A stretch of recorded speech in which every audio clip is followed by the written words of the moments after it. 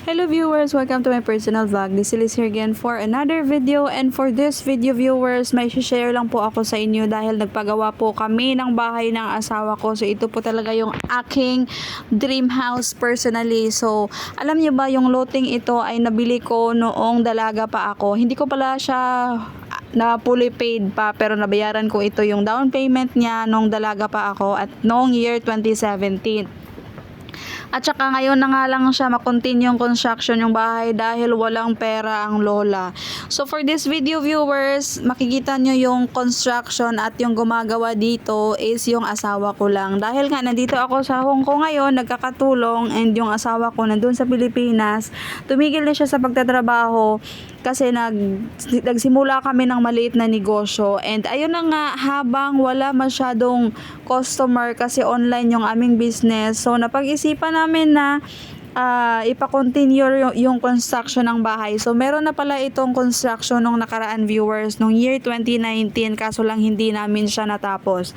And ngayon, napag-isip-isip namin na kailangan na naming tapusin or yung kailangan naming simulan para may makitang matapos na bahay.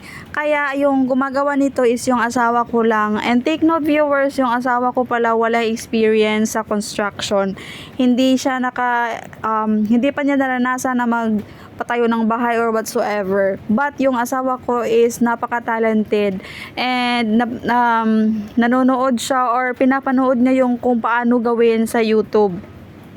Doon lang din siya kumukuha ng experience, mga ilang buwan niyang pinag-aralan kung anong gagawin at kung anong dapat gawin. And mas advantage sa amin kasi malaking bagay. Instead na magbayad kami ng tagagawa ng bahay, yung budget is mapupunta doon sa mga materyales. So yung ginagawa ko nga, habang nandito ako sa Hong Kong, is ako yung nag-provide ng mga materyales at yung asawa ko naman ay siya namang gumagawa ng bahay paunti-unti.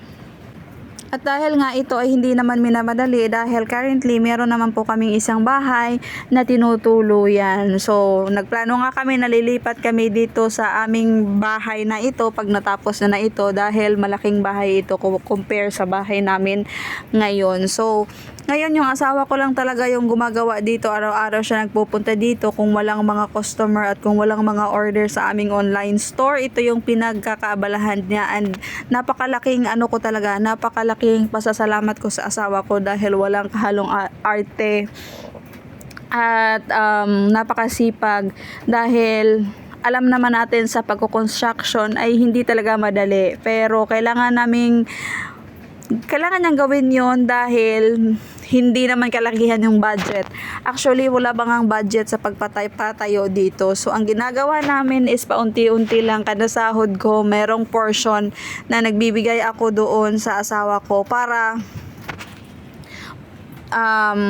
maibili ng materials at mapag-continue yung construction. So for this month, November nga, ngayong buwan na ito ay ngayon yung nagsimula kaming mag-construction or magpa-construct nitong bahay. So maliban sa binabayaran na materials, marami din kaming binabayaran, yung mga lupa, mga kuryente at kung ano-ano pa, mga surveyor. So ganun kahirap yung pinagdadaanan pag bumili ka ng lupa talaga, dahil napakaraming bayarin. Pero okay lang, kahit papaano binibless naman tayo ni Lord, at kahit papaano nababayaran naman natin yung ating mga dues.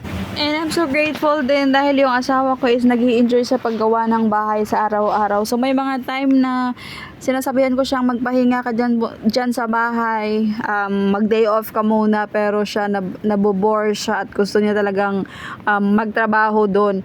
So ayun na nga, siya din yung nagbi-video sa sarili niya. Sabi ko, mag-video ka para may may remembrance tayo na ganito yung paggawa mo, ganito na yung sitwasyon ngayon. So alam nyo, ako kasi masyado kong attached sa mga memories, kaya pinag-video ko siya.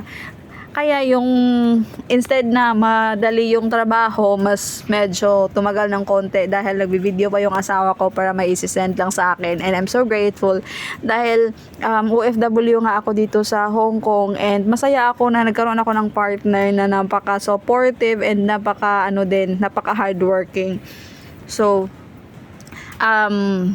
nagtutulungan talaga kami para sa aming pangarap na bahay. So, sa ngayon, as of November, ito pa lang yung sitwasyon ng bahay dahil naubusan na kami ng budget. So, hintayin ko ulit sa sahod, makapagsahod at makapagpadala ulit para maibili ng mga materials. So, take note, ang laki na ng nagastos namin. Wala pa itong labor kasi yung labor ng asawa ko is libre lang. So napakamahal na talaga ngayon ng mga materyales sa bahay, pero wala tayong magawa. Kailangan nating magpagawa dahil gusto nating matapos yung ating bahay. So yung lote ko pala dito, viewers, is 60 square meter. So medyo malaki na siya at enough na sa amin. Kasi pag gusto pa naming lakihan to, wala na kaming budget at wala na kaming pambayad dahil meron pa kaming isang bahay sa kabila. So salamat Lord, salamat sa asawa ko, salamat sa paggabay sa amin, and hoping ako na matatapos siya within 5 months or 6 months talaga. So I'm so excited na uuwi ako sa after 2 years na makikita ko yung aking pinaghirapan dito sa abroad. So dalawa kaming naasawa ko dito na nagtutulungan talaga. So that's all for today. Thank you for watching.